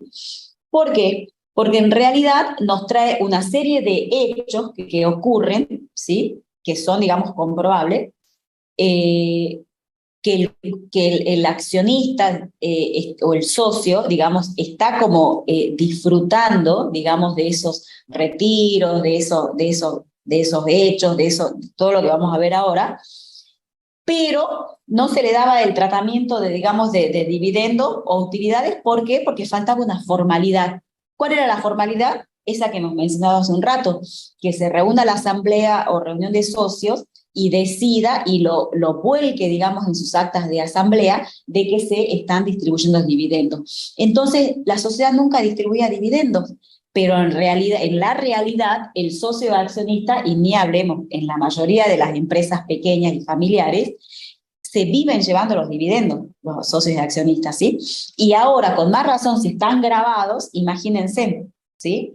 Entonces, ¿cuál es el objetivo de la reforma? Evitar diferimientos en el ingreso del impuesto a la ganancia, en virtud de la postergación, dice, de un documento formal, que es el acta de asamblea, que aprueba la distribución de utilidades, ¿sí? Cuando en los hechos los accionistas titulares de dichas sociedades ya están haciendo efectivo uso de aquellos. Entonces, es una presunción, dice, que admite prueba en contra. Esto es importante y está en rojo, porque porque va de la mano con otro tema que van a ver con la contadora Egues en la próxima clase, ¿sí? Que es otra presunción, pero que no admite prueba en contra, ¿sí? Entonces, esto admite prueba en contra, o sea que si demostramos que en realidad no nos llevamos esa plata para uso o consumo particular, si demostramos que retiramos ese dinero, pero para gestiones, digamos, que hacen a la sociedad, entonces se admite la prueba en contra, ¿sí?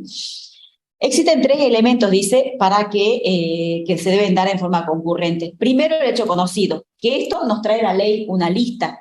La ley, ahora lo vamos a deshojar al artículo 50 y no sé qué, que nos da una lista de estos hechos conocidos, ¿sí? Por los cuales van a ser generadores de los dividendos fictos, ¿sí? Los sujetos que intervienen en la operación. ¿Quiénes son los sujetos? Y primero son los que se llevan el dinero de la sociedad, que son los accionistas y los socios y accionistas, ¿sí? Y tiene un límite esta presunción, ¿sí? ¿Y cuál es el límite? Y el límite son las utilidades que le corresponde a cada socio. Porque si tengo una sociedad de 2 socios que tiene el 50% cada uno, y en realidad la sociedad de este año generó, digamos, utilidades por 1.000.000, y si uno de los socios se llevó prácticamente el 1.000.000, no podemos, digamos, decir que el 1.000.000 es dividendo ficto. ¿Por qué? Porque hay 2 socios acá, y cada uno debiera haber retirado 500.000, no 1.000.000, si las utilidades eran 1.000.000, ¿sí? Entonces, el límite para aplicar, digamos, esta presunción, digamos, es justamente las utilidades que le correspondería, digamos, a cada socio por su participación societaria. Y bueno, y acá después van a ver cómo se vincula este régimen con el régimen de disposición de fondos del artículo 76, que lo van a ver con la contadora Egues en la próxima clase, ¿sí? Veamos acá cuáles son los hechos conocidos, los hechos, ¿sí?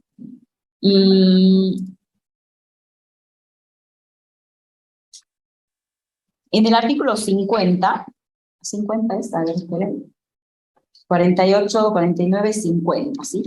En el artículo 50 de la ley nos dice: se presumirá que se ha configurado la puesta a disposición. ¿Por qué? Porque me remite al artículo 24, ¿no? Recuerden el viejo 18, que ahora es 24, el que me dice cuáles son los criterios de imputación. Y recuerden que cuando ese artículo, cuando me trata el tema de distribución de dividendos y utilidades, me dice que cambia para este caso, para los dividendos y utilidades, el criterio de imputación. Cambia el percibido, que es el criterio general que se aplica para segunda categoría, y lo cambia ¿por cuál? Por el de puesta a disposición. Y siempre la puesta a disposición es anterior al verdadero percibido, ¿sí? Es cuando la sociedad, digamos, lo pone a disposición, valga la redundancia, ¿sí? En ese momento, cuando la sociedad dice, acá está este dinero para que lo retiren, desde ese momento, lo haya retirado o no el accionista, pero desde ese momento ya se considera, digamos, que ocurre ese momento en el que el accionista tiene que incorporarlo en su declaración jurada, con la puesta a disposición, aunque el accionista no haya pasado a retirar ese dividendo de utilidad, ¿sí? Por eso digo, la puesta a disposición es como en un momento anterior al verdadero percibido. Entonces, y acá que dice, justamente para los dividendos fictos, dice, se presume que ocurre la puesta a disposición, ¿sí? Cuando se dan, dice, o se verifiquen algunas de las situaciones que se enumera y en la magnitud en que prevé cada uno de estos hechos que me dice seguidamente. Cuando los titulares, propietarios, socios, accionistas, como quieran llamarlos, ¿sí? Del artículo 73, de sujetos del 73, realizan retiros de fondos por cualquier causa por el importe de tales retiros. Entonces, en ese caso, a ver, me voy acá tengo, ¿sí? Acá tengo. ¿Cuál es el hecho conocido? Que el accionista vino y se llevó el dinero de la sociedad, ¿sí? Entonces, ese es el hecho conocido, porque acá nosotros, las presunciones tienen esta estructura siempre, ¿sí? Tenemos un antecedente o partimos de un antecedente, que siempre es un hecho que sí conocemos, y presumimos, digamos, el resultado o el consecuente, que en este caso presumimos, digamos, o el dividendo ficto, ¿sí? Pero este es el proceso, digamos, de toda presunción, que lo ven cuando ven en la ley 1183, el tema de determinación de oficio sobre base presunta. Bueno, tenemos entonces el hecho conocido, retiro de fondos, ¿sí? Bueno, sí. ¿Y cuál va a ser el dividendo ficto? Y este es el caso más fácil, porque el dividendo ficto va a ser el dinero que se llevó, el monto de los retirados, ¿sí? Entonces, si viene el accionista y se lleva, digamos, no sé, 100.000 pesos, entonces ustedes tienen que saber que esos 100.000 pesos, en ese acto, en la fecha en que se lleva el dinero, tienen que hacer, digamos, el tema de la retención del 7%, ¿sí? Y otro tema, fíjense en que cuando dijimos que tributa vía retención, ¿sí? Cuando yo lo llevé en el cuadro acá arriba, acá. ¿Dónde era? Acá. Acá, estos son retenciones, retenciones y retenciones. Y la sociedad de capital, ¿sí? Cuando cumple con estas obligaciones, digamos, de los distintos regímenes de retención, esos regímenes son de intervalos quincenales, ¿sí? Entonces, como que el que es designado como agente de retención, ¿qué tiene que hacer? Aplica los regímenes de retención del 1 al 15 de un mes. Y todo lo que retiene del 1 al 15 tiene que depositarlo el 22. Y después las retenciones que hace del 16 al 30 o al 31 tiene que depositarlo el 10 o el 12 del mes siguiente, ¿sí?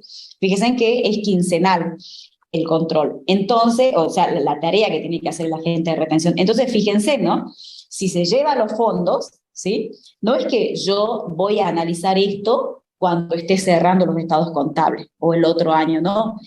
No y ni siquiera es en el mismo mes, sino que lo tengo que ir controlando por quincena. ¿Por qué? Porque tengo que cumplir el régimen de retención, ¿sí? Y el régimen de retención funciona así, por quincena. Entonces, por quincena mínimamente tengo que hacer este control. A ver, ¿qué se llevó el socio en esta quincena, sí? Entonces, ¿se llevó los fondos? Bueno, el monto retirado, el 7%, ¿sí? Tiene que hacer la retención la empresa. Después, ¿cómo se la cobrará a su accionista? Lo pondrá en su cuenta corriente, lo llamará a que le dé la plata. Es otra historia, pero la sociedad de capital tiene que cumplir con su obligación como agente de retención, ¿sí? E ingresa, digamos, el impuesto retenido sobre los dividendos fictos, ¿sí? ¿Cuál es el otro hecho que me indica la ley? Utilización y goce de activos de la sociedad, ¿sí? Es normal que los socios accionistas estén viviendo en inmuebles de la sociedad, ¿sí? También que estén usando los vehículos de la sociedad. Eso es re normal que usen los vehículos de la sociedad. ¿Vieron cuando vimos ya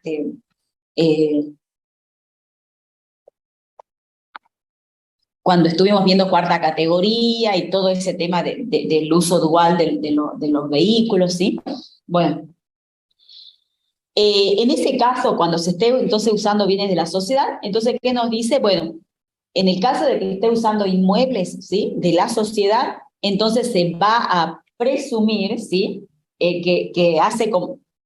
Se va a presumir que hay un dividendo ficto, ¿sí? Que lo cuantificamos aplicando el 8% sobre el valor de mercado, ¿sí? El 8% anual, ¿no? Sobre el valor de mercado, ¿sí? Del inmueble, ¿sí?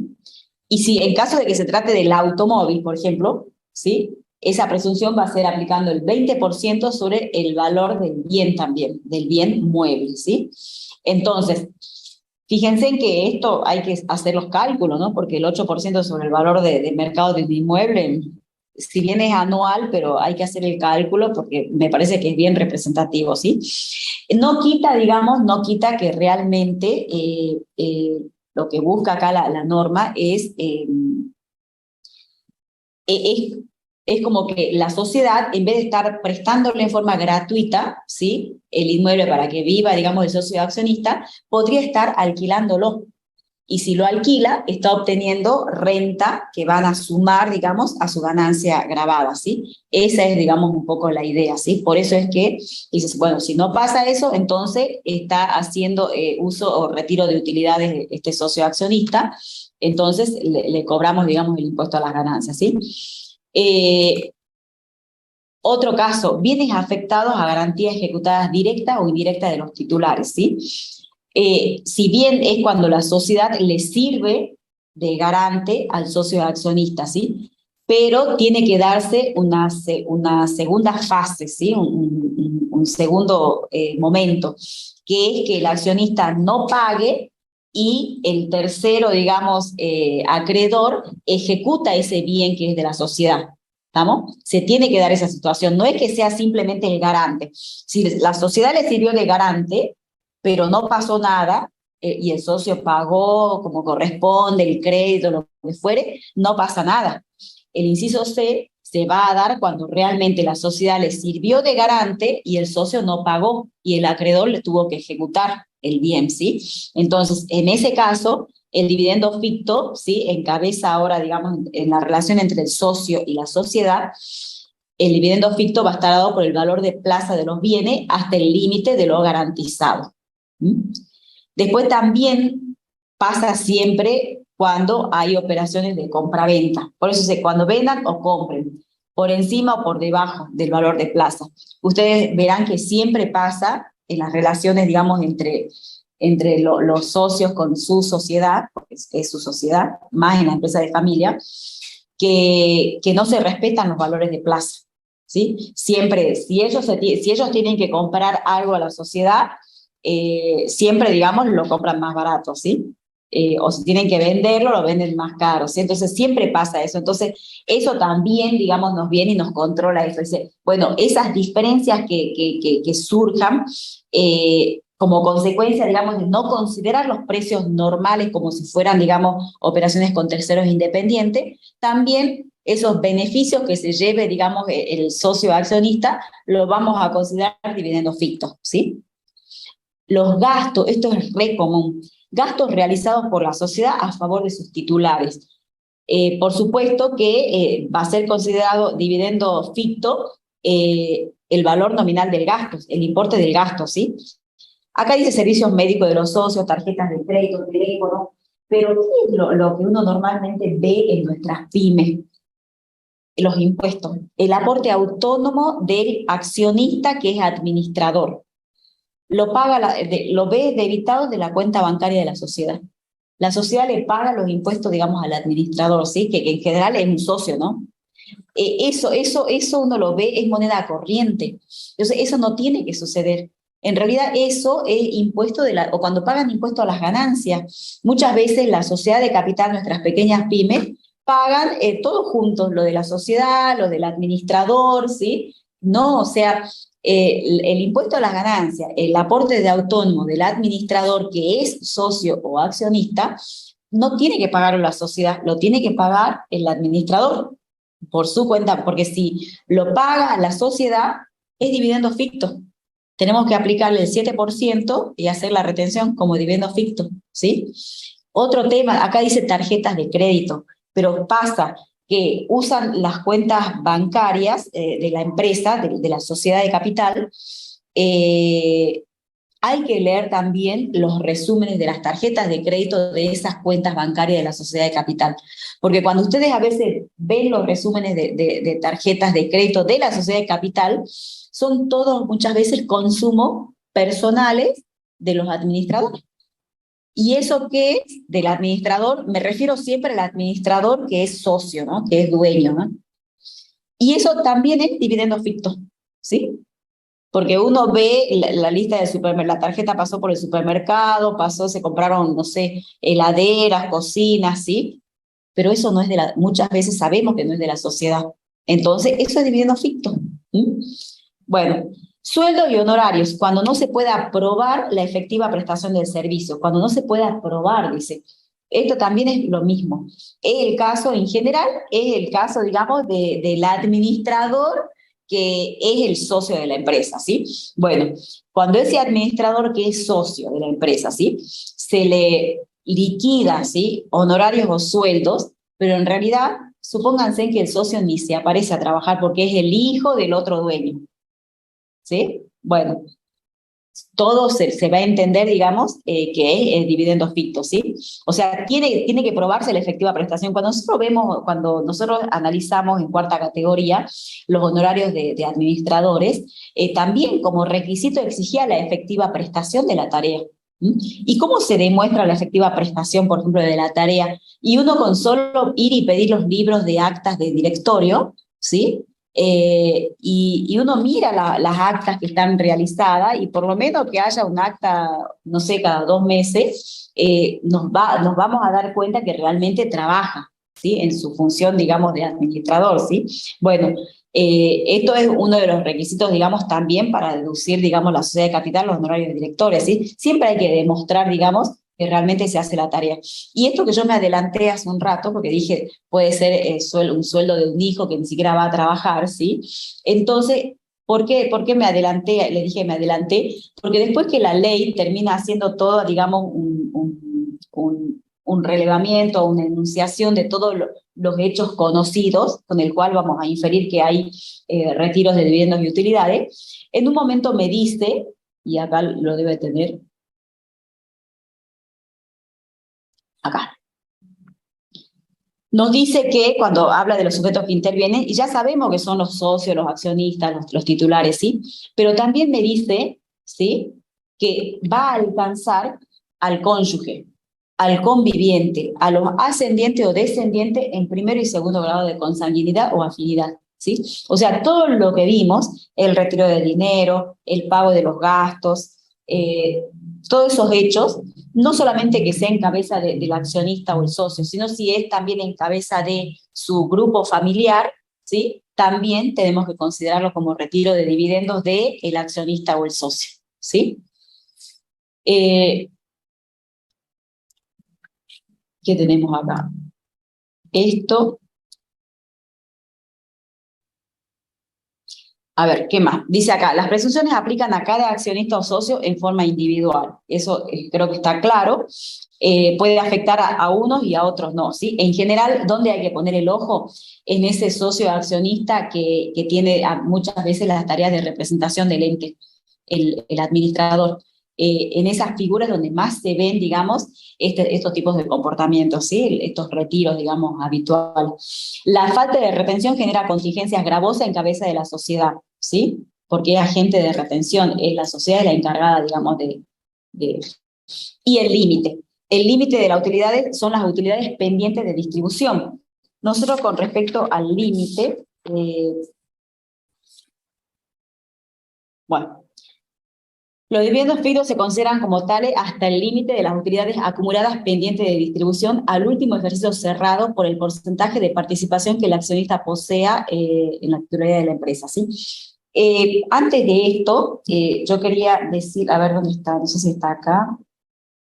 Es que tenemos a veces regulado dentro de la sociedad de capital y otras veces en segunda categoría. Pero se lo voy a decir así porque... ¿en qué tenemos que tener cuidado? Acá está, esto. Y siempre lo llevo a la reforma de diciembre del 17, ¿sí? ¿Por qué? Porque antes de diciembre del 17, y vuelvo a reiterar, los dividendos y utilidades no estaban grabados. Después de diciembre, del 1 de enero del 18, comenzaron a estar grabados, pero no se refiere, la norma trae la gran reforma del 17, así como nos trae normas de transición, ¿sí? Como ustedes vieron, por ejemplo, en la actualización de los bienes de uso, ¿sí? Los adquiridos después del 1 del 18, ustedes pueden, digamos, actualizar la amortización, ¿sí? Bueno, un ejemplo. Bueno, acá también hay normas de transición, porque no es que todos los dividendos y utilidades que se distribuyan a partir del 1 de enero del 18 van a estar grabados, no. Acá lo que toma la norma es cuándo fueron generados esos dividendos o utilidades por la sociedad de capital, ¿sí?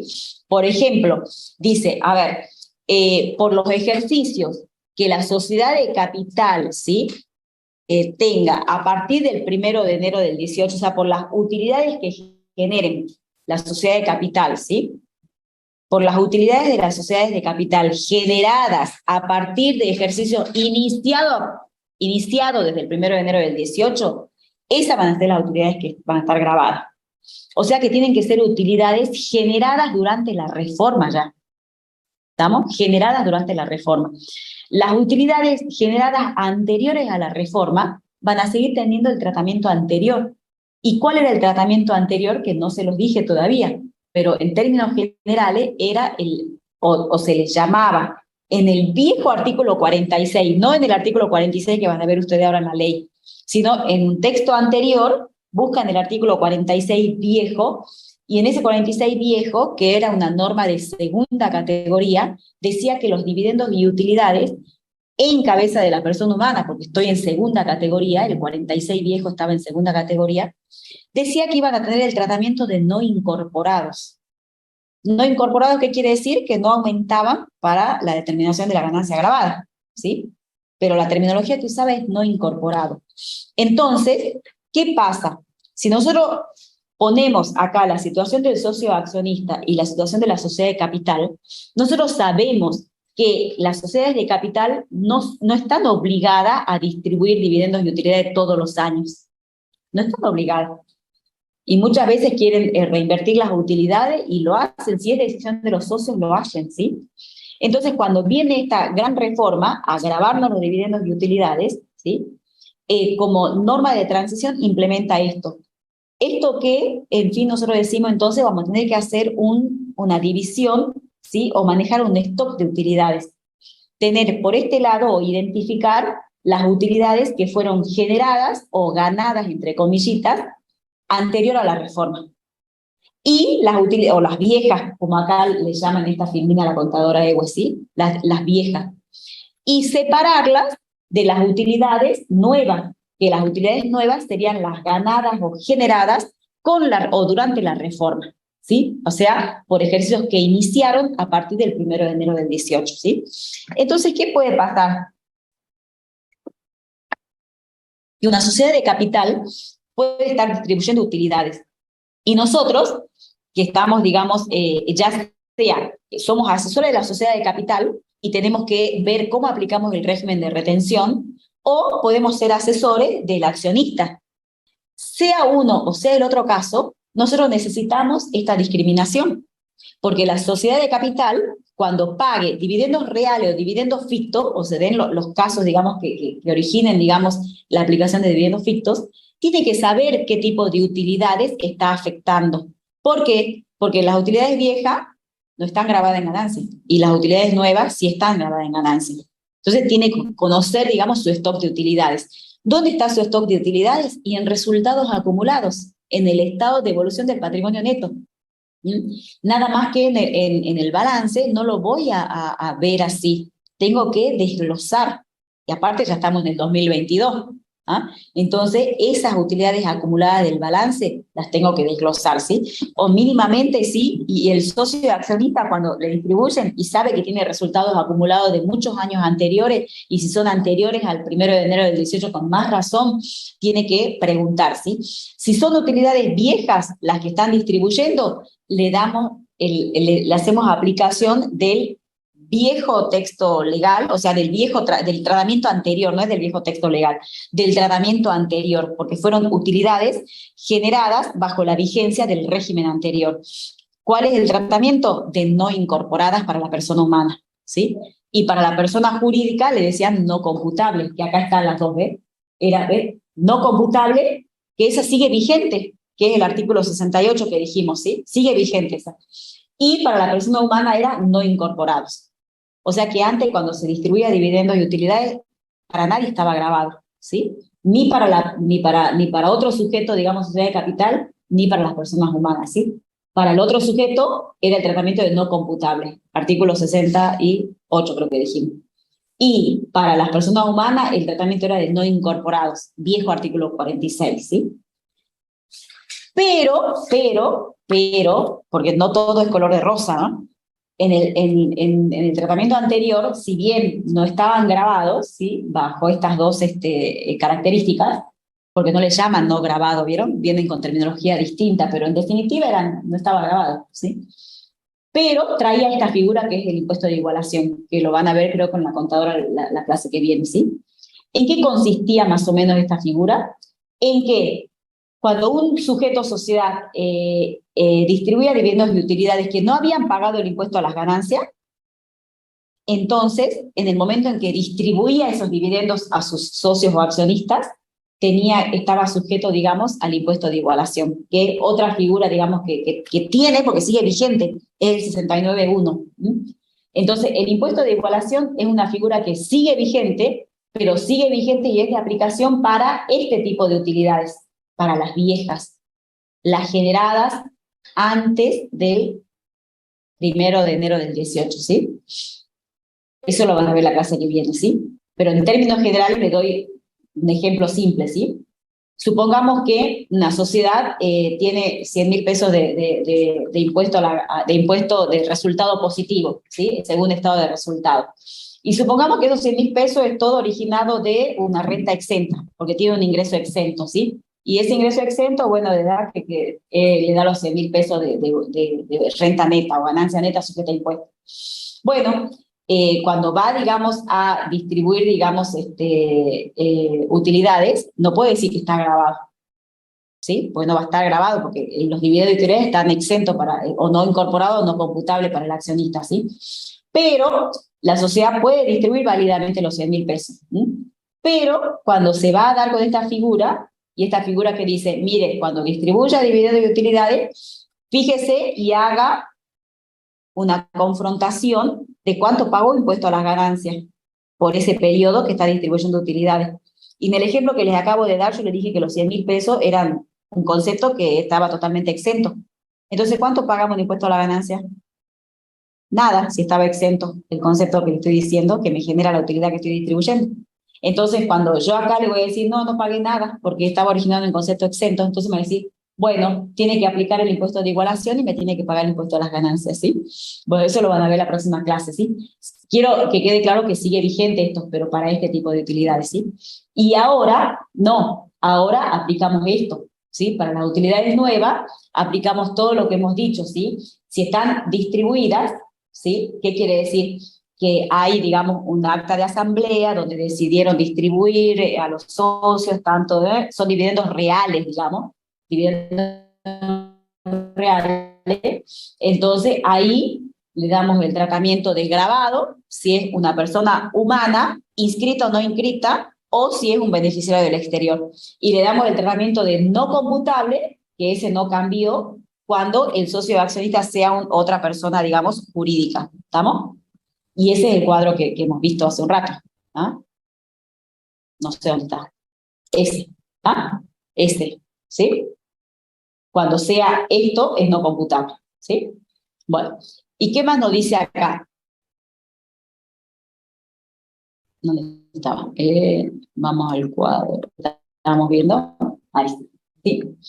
Pero, ¿sí? Cuando se trate, ¿sí? De estos casos que acabamos de ver, de estos hechos generadores, digamos, que dan origen, digamos, a aplicar la presunción del dividendo ficto, ¿sí? O sea, que son utilidades no distribuidas, pero que se dan estos hechos generadores que me indica el artículo 50, entonces allí, ¿sí? Lamentablemente, tengo que aplicar, digamos, la retención y todo esto, igual que si fueran la distribución de dividendos reales, ¿sí? Tengo que hacer aplicación también de todo lo que es el cuadro que hemos visto hace un rato, ¿sí?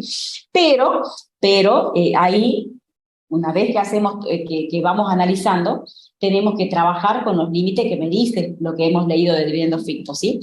Ese límite que dice no podemos considerar dividendos fictos una suma que supere los verdaderos dividendos que le correspondería a cada uno de los socios, o sea, por su participación, ¿sí? ¿Qué pasa de ese ejemplo que yo le di de los dos socios que se tenían que llevar 50 y 50 cada uno y resulta que uno se llevó todo y el otro nada? Bueno, lamentablemente tenemos que aplicar este límite, ¿sí? De su participación y ustedes me dirán, pero el socio A se llevó 100.000 o se llevó 1.000.000, ¿sí? Se tenía que llevar 500. Bueno, sobre 500 vamos a aplicar la figura de dividendos fictos. Sobre los otros 500 vamos a aplicar otra figura que lo vamos a ver con la contadora Evo en la próxima clase, en cabeza del sujeto empresa, ¿sí? Porque los dividendos fictos en realidad es renta del accionista, pero la sociedad tiene responsabilidad porque actúa como agente de retención, ¿sí?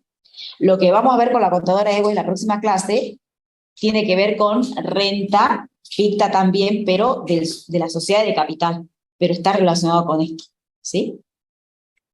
Bueno, disposición de fondos es lo que van a ver la próxima clase con la contadora Evo, ¿sí? Bueno, a ver, no sé qué, ahora, a ver qué me quedó acá para... ¿Tienen alguna consulta, algo para... con respecto a este tema? ¿A sociedades de capital?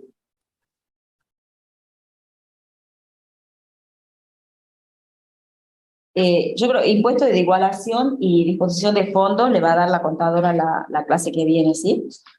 Así que por eso me parece que no me quedó nada para agregar. Bueno, no sé si voy a ver el chat. ¿Qué dice? Había un delay, era para preguntar lo de la filmina. La filmina está subida en la plataforma Model en la parte de sociedad de capital.